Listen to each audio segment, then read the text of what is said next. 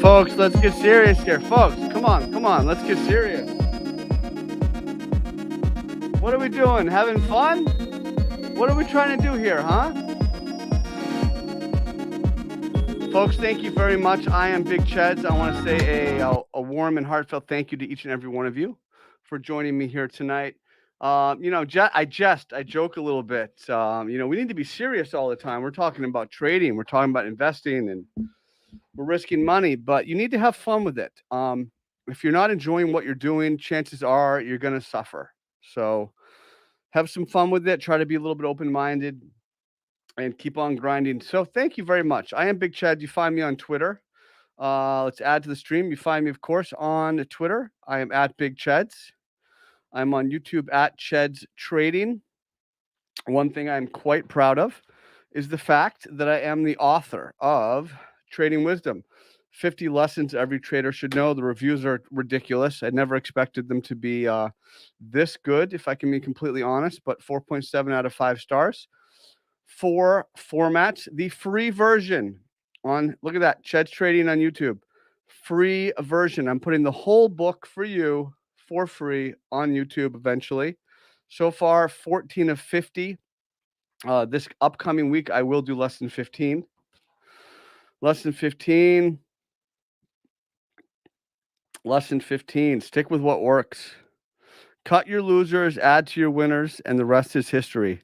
Talk about that. So look, it's a great book. Check out that free version. If you're brand new to trading, you want to understand how to do technical analysis, where do I start?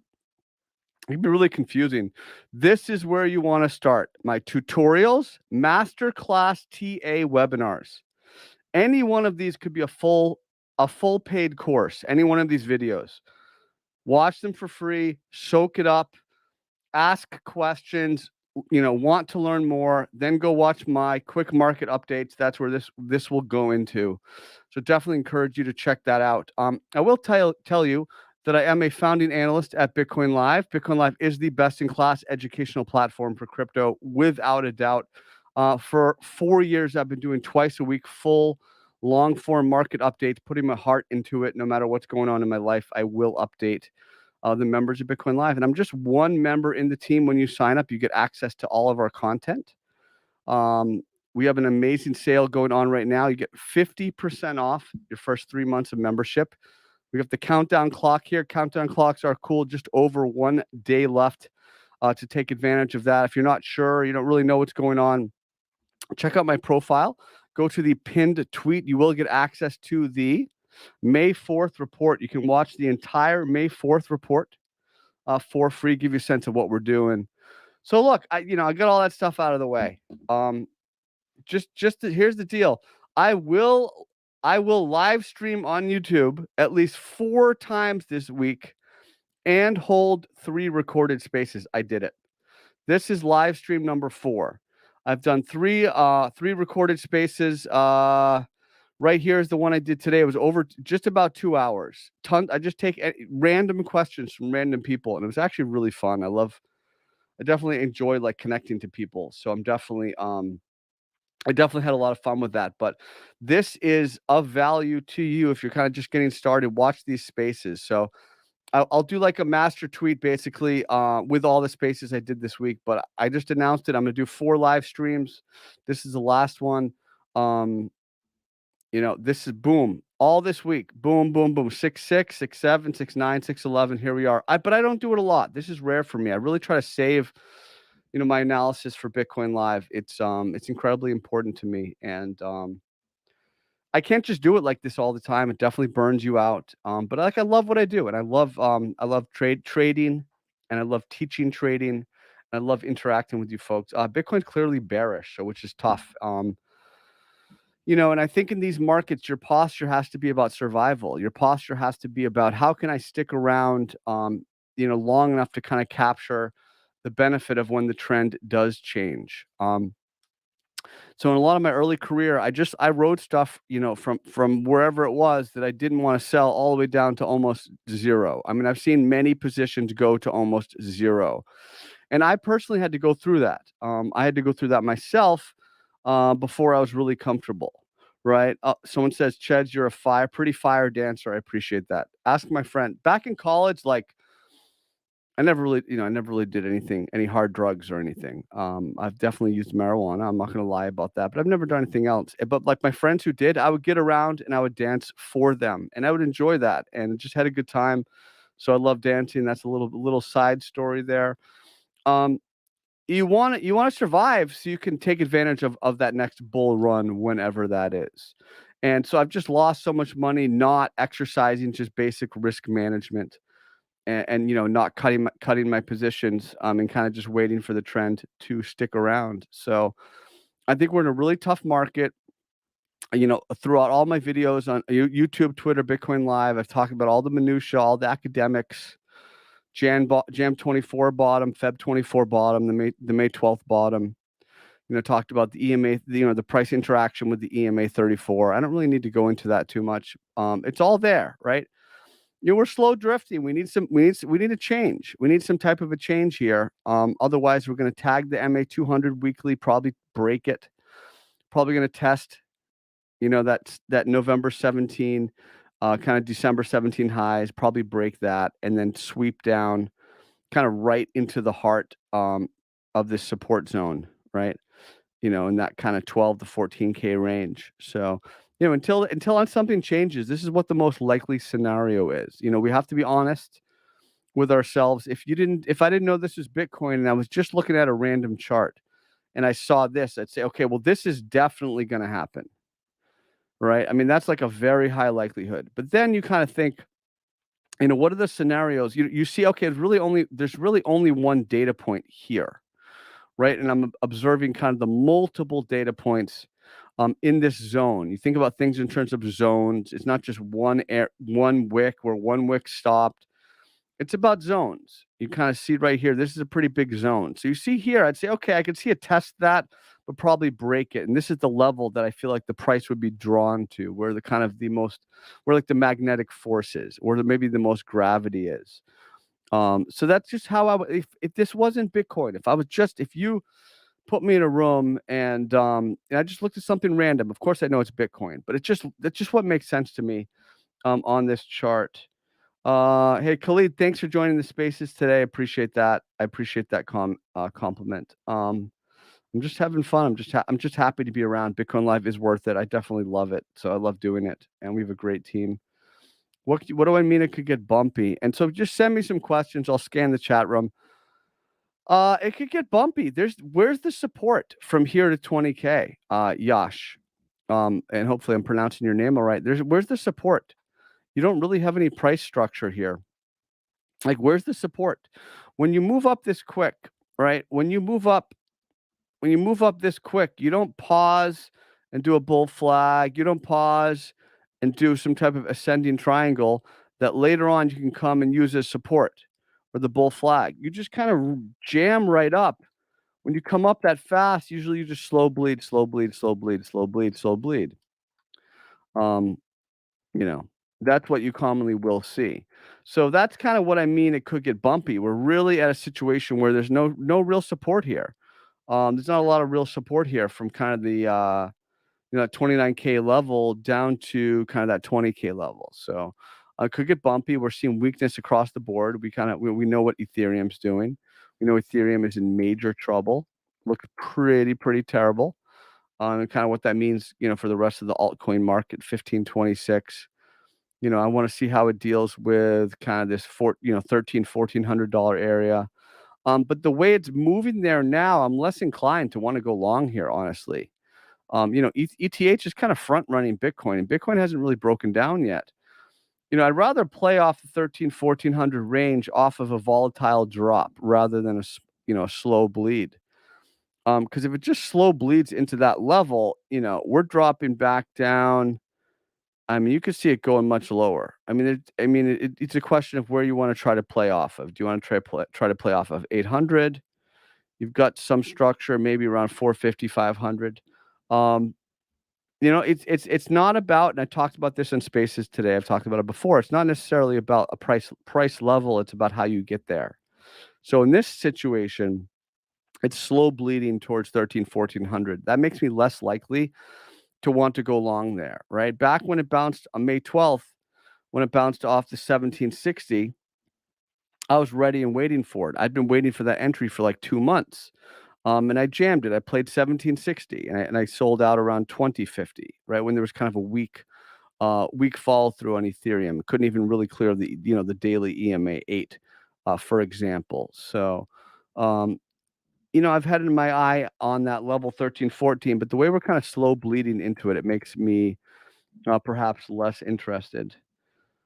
So I thought, Cameron, it's a great question. And you think about sentiment, and oftentimes you can just say, okay, wow, so here's what I want to mean, what I want to say.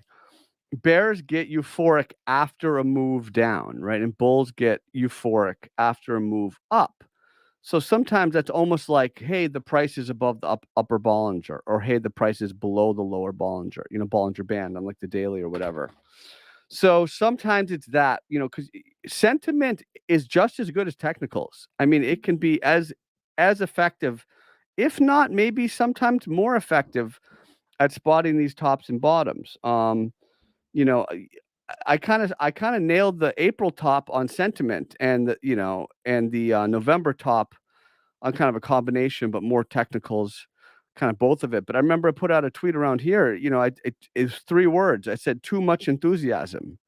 It was just too much enthusiasm. So sentiment's really powerful for spotting tops and bottoms. So this is a little bit nuanced, because I said, bears are euphoric, but the damage hasn't even started yet. So it's just a really bad setup. It's not like it's not like a dip in an uptrend where it's not like here where it's like people are bearish, but and you want to counter it. It's not like here where people are bearish and you want to counter it, right? The price is testing kind of that second level support, the EMA 34. Or even like a deeper dip to the MA 50, right? Like we saw back here. It's that people are bearish because, bulls can't do anything, right? Bulls can't even close above the EMA 34. So it's like, sentiment's tricky. It's like, do you want to go long just because people are bearish? So bears were euphoric because they've made gains, right? They've made gains off of this most recent EMA 34. But in reality, it looks like it's just going to do another leg down. It looks like it's ready for another leg down. And this kind of ties in with what I've been talking about on the weekly chart. I have a tweet in here somewhere. So weekly. So checking in with everybody in the chat room. Everybody seems like you're doing okay. All right, my friend. So I put out this tweet, weekly candle cheat sheet to understand the trend. And I've been talking about, for me, we never had like 7 or whatever 9 red weeks in a row. I was pretty loud about that. We had the pause candle, which I don't count this as a red candle. It's the pivot. Like, the trend hasn't started yet. We had 2 red, another pause candle, 5 red, and then another pause candle. So while your favorite influencers and people you follow and idolize are calling this inverted hammer bullish, I'm reminding you it's a bearish candle. I'm reminding you that the data shows that 65% of the time it leads to bearish continuation, right? Steve Nissen called it bullish, but Bulkowski ran the numbers on it. It's bearish. If you look at it, of course it's bearish. It's a strong upper shadow, right? And so this candle, this inverted hammer, does the same thing this doji did, right? Where you bounce, and I've explained this now, like whatever, half a dozen times or more, where you bounce and you're resetting the oscillators. You reset the RSI. It goes from quote unquote oversold back up to 40, 50, maybe in like a 4-hour, maybe not that much of a move on a daily per se, but maybe like a 4-hour or something that allows another leg down. These pausing candles allow another leg down, and there it is, likely continuation, weekly MA200 magnet. So, like this is not a bullish candle. This quote unquote inverted hammer, like that's not. There's nothing about that that's bullish. You need to unlearn that, and I say that not just to the new people, but old guard. You have to unlearn it. It's wrong. It's a bearish candle. We're seeing not unexpected continuation on that right now. Here, weekly candle rejected at the EMA 8, right? EMA 8, EMA 8, EMA 8. So bears are euphoric, but in reality, the move down hasn't really begun yet because we are almost definitely going to test 20K and I believe break it. And I've talked about caveats on that. A scenario I could see that would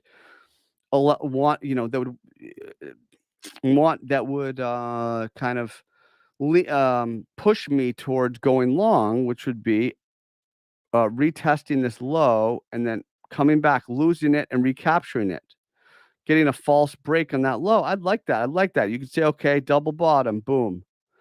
Here's your peak. There's your breakout level, and you kind of play it from there, right? If that developed, but in the meantime, it just looks like it's going to continue lower. So that's kind of me talking through that comment. Let's see. Do you think dumps are correlated to conferences? I almost feel like we have so many conferences that it's not hard to correlate it to some dump.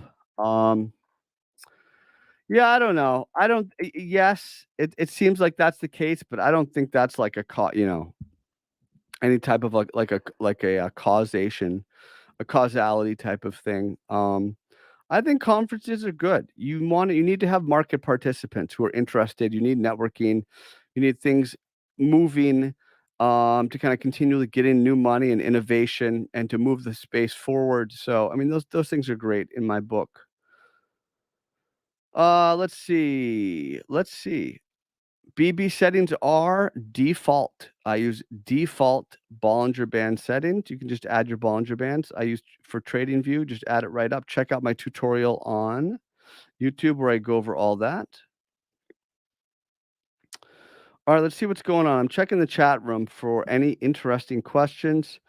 Love from India. My love right back at you. I covered ETH already. You'll have to kind of scroll back and check that. So, I mean, do I have any interesting tweets? Not really. So this is one I wanted to talk about. So, someone was like showing me something. Let me put it this way. Any trade, they were showing me someone else's trades and asking me what I thought. And I'm like, this is crazy because it's not correctly structured. Any trade needs a minimum of 3-to-1 risk to reward ratio based on the rules of classical charting. So what that means is, say the price is butting up against 100 and 100 is the resistance, 3-to-1. Okay. We'll say the price is kind of pushing right up against it, 100. So if you're going to go long, now you want to go long in the break of 100, your stop loss. So let's say, what's your stop loss? All right, like 98. So that's 2 points. So you need a 3-to-1. You need to believe at least you can get to 106. Okay. 3-to-1 profit to stop loss, right? Risk to reward ratio. Any trade needs a minimum of that. You see people structuring these trades with 2-to-1 or 1.5-to-1. Stay away from it, right? And ideally, you have asymmetric risk reward where you have a limited downside, but a much larger upside. And an example of that would be this. An example of that would be this drop. That's not what I'm trying to do. An example of that would be the drop down to the retest of this low. If you entered here on a spring, You enter here in a spring at like 25, 2, 25, 3, and your stop loss would be maybe, just below 2,500, $300. You'd be able to get more than a $900 upside. I mean, risk to reward would be probably at least up to 28K at that point. So you have an asymmetric risk reward, a much larger potential upside. So it's really, you got to understand that you should be able to get a minimum of a 3-to-1 risk to reward ratio for your trades. Just checking in with everybody. All right. So listen, let's see what else is going on in the chart. Let me just let's see what else is going on in the chart. Basically, we're just waiting at this point. We're waiting for this channel to resolve. We have a generalized bear rectangle. We've talked about that before with the upper boundary right around. Sorry about that, folks. The upper boundary right around that 32.5 range, and the lower boundary here right about 25K, 28K rather. And we've got really the early move or the out of line move, essentially the initial move in what is likely to be the eventual direction that the trend breaks out in. I mean, Bollingers are tight. We've been going sideways for a while. What do you do here? I'd say nothing. Most likely you do nothing. And that's the answer most of the time. You want to sit around and wait for volume and volatility or confirmation, right? You want a confirmation of a level being recaptured. So if the price can bounce and break up above that level, that's somewhere where you can go long, right? But while the price is just kind of hanging out in this range, there's not much you can do here. That means sometimes you just have to sit on your hands. You have to sit on your hands and do nothing. And that's hard for a lot of people because sorry about that. That's hard for a lot of people because they feel like, if I'm not making a trade right now, I'm losing money. But that's not the case. Trades need to be the reason for your trade should never be that you have funds in your account. It should be that, you've identified some type of an opportunity in front of you. So that's what I'd say about that. What is your favorite time frame to trade? I mean, I definitely watch the daily trend. I really start with the daily trend, and then when I'm trading, it's usually off the 1 hour. I'm looking to kind of see what the 1 hour chart is doing. I'm looking at candlesticks. Like up here, it's really easy to short Bitcoin, like right here, right? We get the big green candle, smaller green, then you get the doji, and then you got, you start to see this candle weakness. You can see the candle, this doji here. You see the price stall, and you see the shooting star. On the 1 hour, 1 hour is really good for trading. Also the 4 hour as well.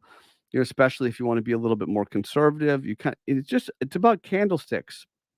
Even here, you kind of get, look at the long upper shadow on this candle. The nice bounce, and look at the long upper shadow on that candle. I mean, that's telling you, hey, like, watch out, be aware something's going on. And then the lower high in this candle, the spinning top, the indecision candle, and it starts to break down and comes back up. And then it just flushed. So 1 hour, 4 hour, you get these dojis, you get these long upper shadows. That's what I like to do. But it's about like the context of the daily chart as well, because you're looking, you're not supposed to go to lower time frame unless you're at a key level or unless you've had some recent volatility. So as the price is right here mulling through, the daily EMA 34, the daily EMA 34, that's where you go to lower time frame, right? When the price gets right up at the level where it should reject or it's rejected, basically every time in the past, that's when you would kind of go to a lower time frame, right?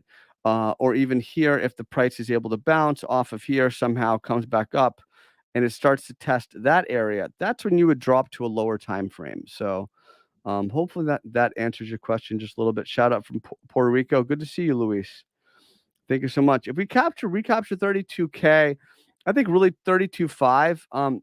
For me and for my analysis, I'd be focused right here, right around 37.5 to 38K. I feel like it would be pretty likely to hit that level and reject at that level. We got the MA 200 coming down. If we are able to break up above here, maybe come back to a bullish throwback, come up and bounce, that would be setting up for a really nice kind of a shorting opportunity or fading the move. Kind of that's a counter trend rally. So that's even, but it's like this. I know a lot of people are on watch for this. I know a lot of people are on watch for some type of a dead cat, not really a dead cat, but for some type of a relief rally. And bulls have not been able to muster it, and that's what stands out. EMA 34, EMA 34. It was able to do it here back in February, where it started to close above the 34. We went sideways, set the high of the range, broke it, and lost it.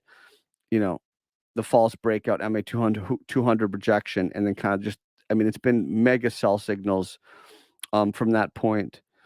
So we've just been, it's just a strength of a trend, right? Every downtrend is going to eventually tag the EMA 8, right? And can it close above it? And then it usually does close above it after, the 8 starts to go sideways, and then you got the 34. Usually you will, at least by like the second or third attempt, you'll start to close above the 34, right? That secondary downtrend resistance. And we don't even have that.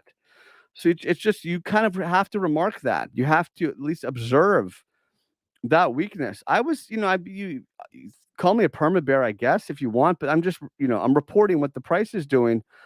I was kind of hedging. I started to hedge a little bit in my analysis here because, if you look at Bitcoin Live, I said, look, it's clearly bearish, but I'm ready, to adapt to new information. And in the back of my mind, I was thinking we're probably going to recapture this 34. Like, it's been a while now. We weren't even able to do that. And that's kind of sticking with me at this point. So I mean that's what my thoughts are on that. Spot play 1300. It depends. If you saw what I said earlier, it's not about a number, it's about how it gets there. If it dropped right now 15, 18 to 1300, yes. That would make great because it get there quickly and violently. But if it's slow bleeding into that number, 1300 is going to mean nothing.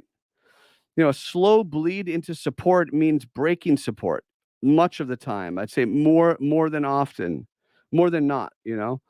So what is this a real place? And Kapistan? Well, that's great. Thank you so much. Shout out to you. I have never heard of that place, but I wish you well. Thank you for reaching out. All right, shout out from the Philippines. Como está, po? Thank you so much for reaching out. I have some friends who are Filipino. Is it safe to assume alts are dead? Yeah, I pretty much. There's no way I would be playing long on some of the. I've seen some of my friends long in these alts, and I don't know what they're doing. I mean, this is not the time.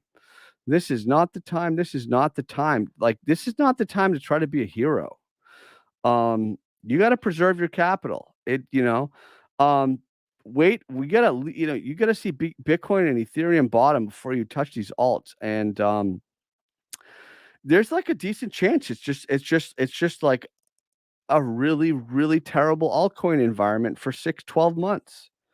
And would it surprise you? It wouldn't surprise me. And if you ask yourself that and you say it wouldn't surprise you, then you shouldn't be like stacking these alts here. I had a friend who I talked to him 3 weeks ago, and he was like, I'm loading Sol at 50. And do I even have it on this watch list?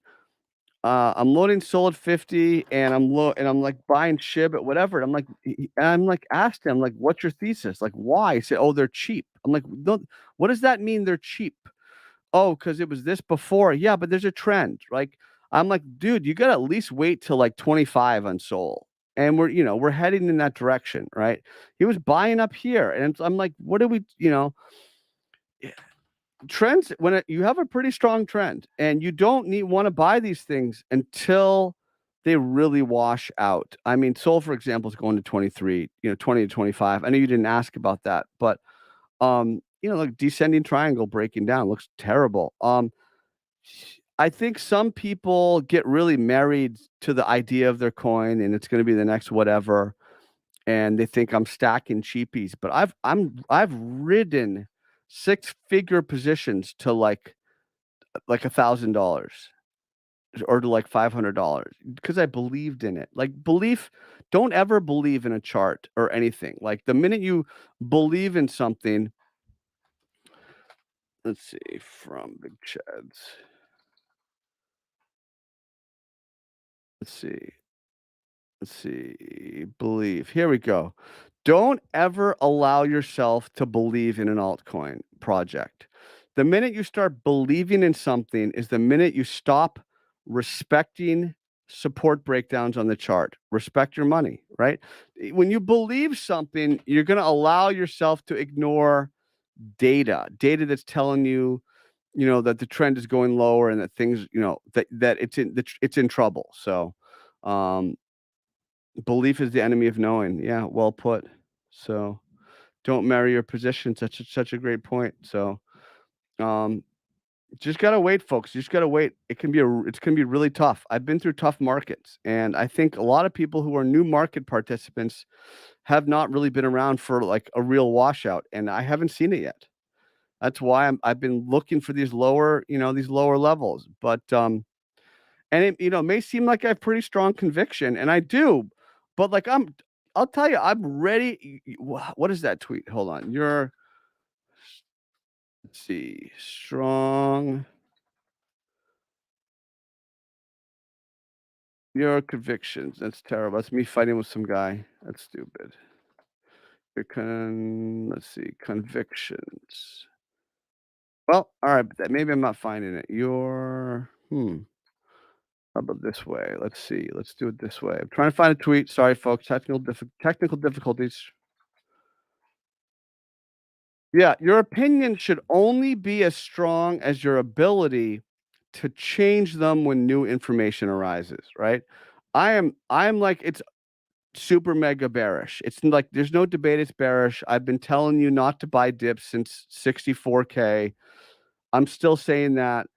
We had the false breakout. Yes, I said go long at 46, but then I called the day like that bounce failed at 48K. I said, tweezer top, you know. It's like I said this first. I said this. I said, there you go. If we break 46K, full permission to FOMO. Chet, how could you say that? Then we broke 46K and we ran right into here it was. Despite all the enthusiasm, March 29th. I first told you to FOMO. I'm like, you have my full permission to FOMO. Why did I say that?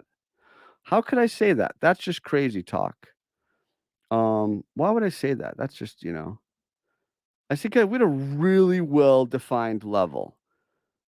We had a really, really well-defined level. Support, resistance, resistance, resistance. If you break that, you have to go long. And there was a great trade, but it was only 46 to 48K, right? So I said, yes, go long. But then here, March 29th,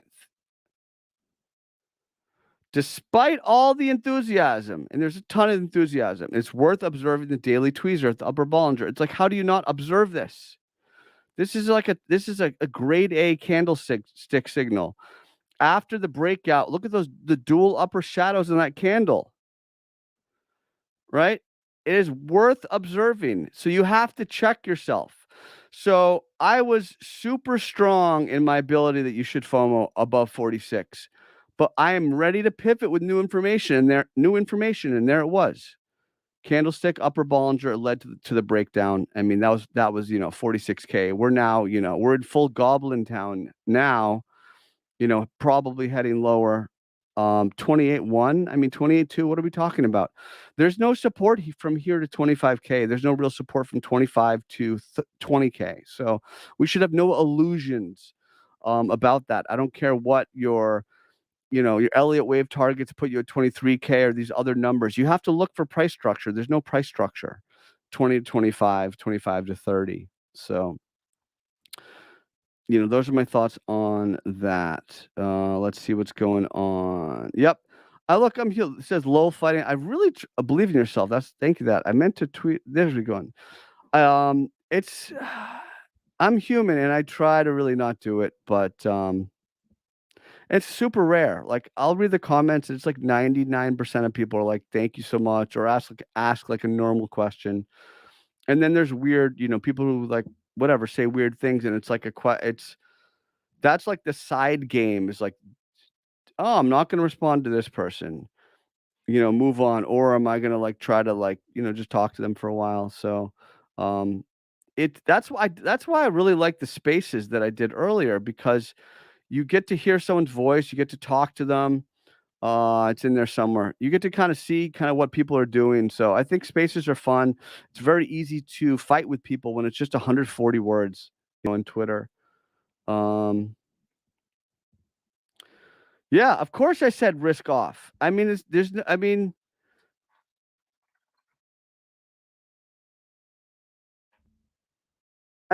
yes, risk off below 45K Bitcoin. I mean, of course.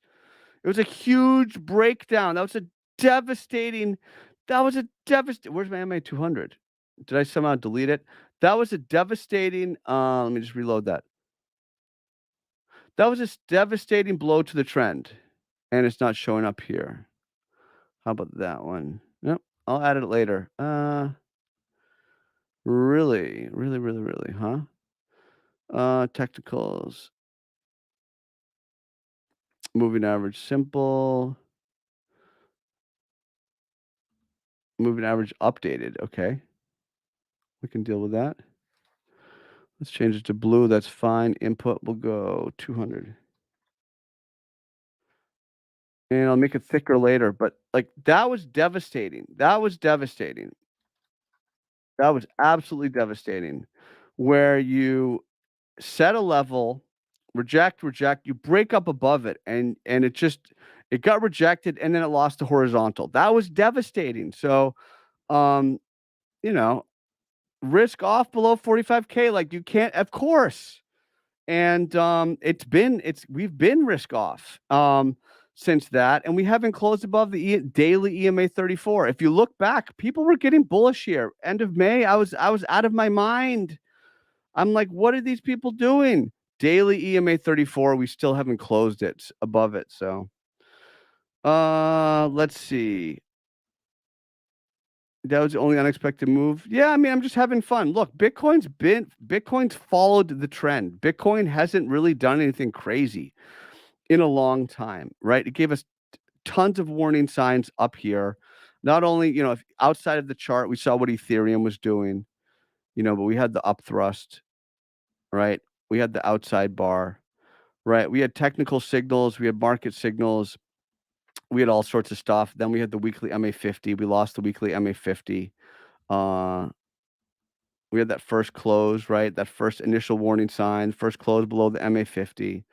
So there was definitely signs along the way. It's just a question of when you decided to take that risk off posture. But what was most interesting about this price action was that we were going down, we had forced sideways, we were attempting to go up, and we just got thrown back. We just got rejected right back, and so here we are now. Have we gone sideways? We have, in my mind, we're not even sideways till we close above the daily EMA 34. It's just a standard rejection thus far at kind of secondary downtrend resistance, right? EMA 34. So, all right, listen, this has been fun. This is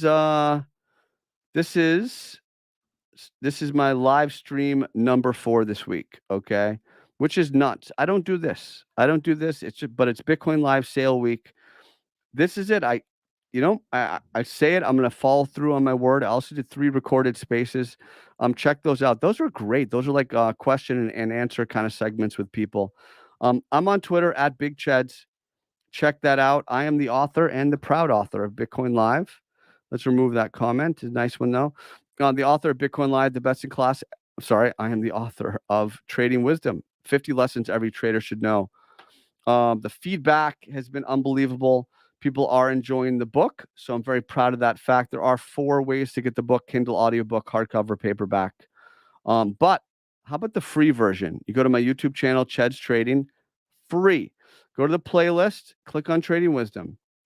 I will eventually do the entire book for free for you on this YouTube channel. I expand on each lesson.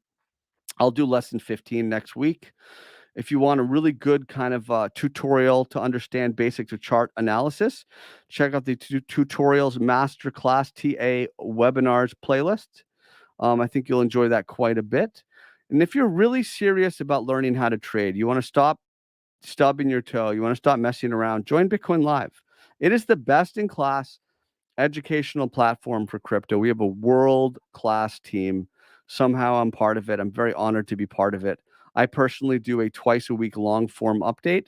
If I'm sick, I'm on vacation, doesn't matter. I'm doing that video, helps keep the team, everybody on track, helps keep me on track. We've been nailing Bitcoin. We've been nailing this price action, and I'm really proud of that. And hopefully we'll continue to do that. We have an amazing sale right now. Now it's you have less than a day, okay? Less than 24 hours. You get 50% off a 3-month membership. It's a great deal. It's something I'm very proud to be a part of and associated with. So consider checking that out. If you're not sure, you have more questions, I would encourage you to go to my Twitter page at Big Cheds. Check on the pinned tweet. There is a link to my May 4th video. You can watch my entire May 4th video for free, 45 minutes. That's also a masterclass, a free masterclass on technical analysis. I mean, what are we talking about here? No matter what you do, you should go watch this. You'll learn a lot from it. If you're watching this video, you will totally be into it. You'll definitely enjoy it. So I had fun doing this. This is my 4th stream this week. I'll probably do another one in maybe 3 weeks or so. In the meantime, I'm gonna get back into my normal groove of just doing my thing, doing the Bitcoin Live twice a week. So it's been fun to do all of these YouTube streams. I may not respond to all of your comments here, in the chat. So I thank you for that. So, don't take it personally if I do not respond to that. So you can cancel your membership at any time. Absolutely. Just reach out to support. They'll take care of that for you. Let's see what's up, everybody. So listen, you have to find a way to not feel helpless, right? You want to feel in control of your trading journey, like no matter what you're doing. Somebody here says, great book. Thank you so much. I appreciate that. I'm very proud of the book. You got to find a way to feel in control of your trading. So, I've learned that the more money I risk, the larger my positions, the harder they are to manage, right? It almost adds like some emotional baggage. So you have to have smaller positions, and you need to take those positions and break them up even, and take that smaller position and break it up into 3 or 4 pieces. So rather than entering all at once, scale into your position. Take one initial entry, see how the price reacts, to support or resistance, and then you can potentially add to that position, because you need to get a lot. You need to have a lot of time in the game. You need to have a lot of experience. You need to learn, and continue to learn. And really only then, will you know how to apply your risk properly. In the beginning, there's really no way. There's no way to do it. You think, all right, you read a textbook or you watch a video and you think you learn a couple tricks and you go try those tricks. But if you try those tricks with real money, you could lose 30-40% really, really quickly on your position. And it's not fun to kind of find yourself in that place. So start with smaller positions, use that trading journal, and try to enter somewhere near your stop loss, right? Try to avoid entering in the middle of the channel. So for example, here, you know, try to only, go long with some bullish momentum right above, 32.5, rather than just randomly going long here somewhere in the middle.